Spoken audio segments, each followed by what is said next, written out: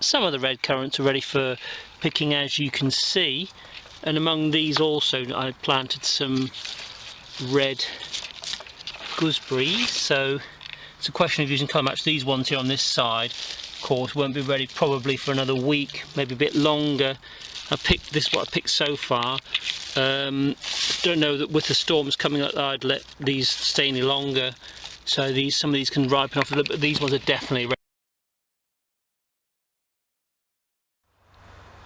I found the red gooseberries to be very reliable heavy croppers and quite resistant to drought and all the sort of vagaries of the climate here close to the River Trent. So basically these ones, although maybe not as flavoursome as the green more traditional ones, they seem to crop are much heavier and also stay on, so they give you a bit of leeway. If you can't come down for a week or two, they'll still be here. Whereas the green ones I found, the green gooseberries, have been bursting absolutely, whether that's osmosis or whatever, you know, because there's been some very heavy rain, but they're absolutely bursting and probably overripe by now, which is July 20th. Popping down on the 23rd of July, slightly more overcast today, but just as sultry. Had a bit of rain a couple of hours ago. We've come to pick some of these, the broad beans. As you can see, some of them are definitely ready for picking. So not going to pick all of them today, just enough to keep me going, and then some of the others will take a bit more time to mature.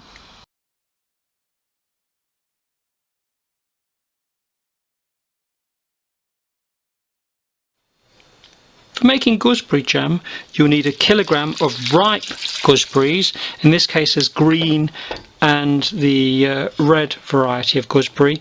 You'll need 200 ml of water. It needs to be pre-cooked on program 4 for 20 minutes. During the program itself, you will need to crush the gooseberries and be careful because it will get very hot in the Tefal Vitafruit maker.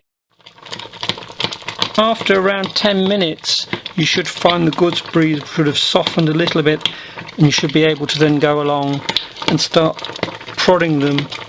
A wooden spoon's a good idea because it is very hot and the temperature reaches well over 100 degrees centigrade inside, even on the pre-cooking.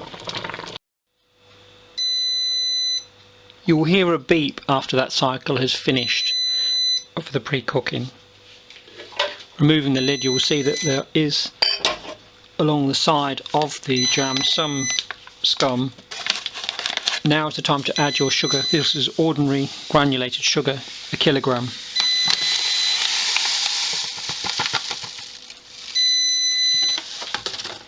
At this stage then you can use a wooden spoon, mix your granulated sugar in to your gooseberries. In this case it seems the red gooseberries dominate and the colour. We have actually put some blackcurrants in as well because they were very ripe and they will help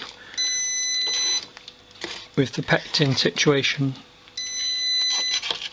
So you mix in your sugar and then it's ready for the next cycle, which is a cooking for 7 to 12 minutes, and you must test it then for setting using the standard viscosity tests off the spoon, 2 minutes setting time, or on a plate. Lid back on and on to cooking program then.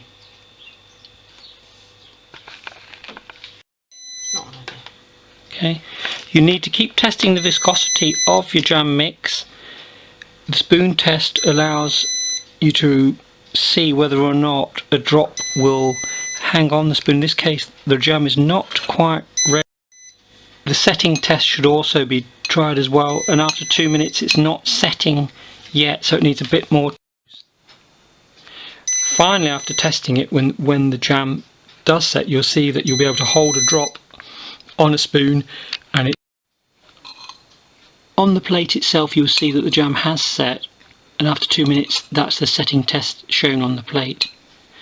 This jam is quite red because it mostly is red gooseberries. Then there is a few black currants there as well to help with the pectin, and bearing in mind ordinary sugar has been used, granulated sugar has been used, and these jam jars have been sterilised.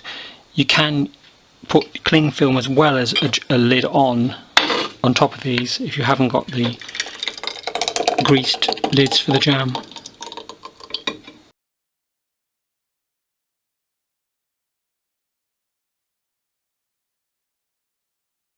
Blackcurrant jam can be made with a maximum size up to 1 kilogram. It's best to use the large blackcurrants because the smaller ones will stay hard. And using a bit of maths to engineer up the settings for the T-file Vitafruit, you'll need 666 ml of water, 1.6 kilograms of granulated sugar, plenty of pectin in blackcurrants. You run it at program 3, 30 minutes cooking approximately. That is it for the program, and you actually put all of the stuff in. You'll probably need to be bashing these blackcurrants down during the program and keep an eye on it. And of course, be careful, as with all jam, that's extremely hot and it can spit. And in order to make sure that the timer is working correctly, I always run another one alongside it. Mine's been a bit temperamental recently, and this is the maximum amount you're going to make with a blackcurrant jam. And as you can see, it really is up to the max on the Vitafruit. It smells gorgeous though. These were picked last night from 3 blackcurrant bushes. I don't think it keeps fantastically well fresh blackcurrant, so make sure if you are going to make jam, you can make it quickly. This was made the next day, ASAP. As the blackcurrant jam is being made, you will find at the top of it there will be a certain scum layer. The first set of scum is very white and needs to be skimmed off and removed. The second set you'll get is seems more solid and looks like so, but again, that shouldn't be part of your jam. That needs to be skimmed off. This blackcurrant jam has now been on its program for around 32 minutes. We're just doing the viscosity test off this spoon, and it certainly looks ready. So don't want to do it anymore because you don't want it to turn into toffee or something like that, or to taste more like a blackcurrant sweet. You really want the jam. So that's it really, it's ready now.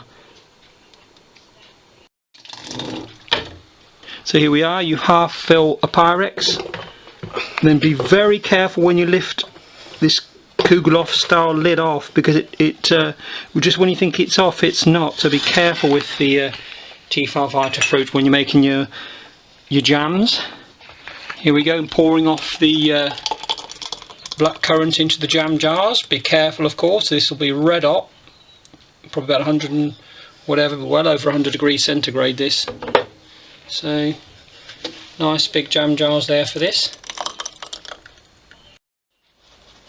This 1 kilogram of fresh large blackcurrants has made 6 jars for our own consumption of blackcurrant jam. And as you can see, it's a very dark jam, and we'll have to see how it tastes. I often find that even overnight, having tasted from fresh, even overnight the flavours seem to improve.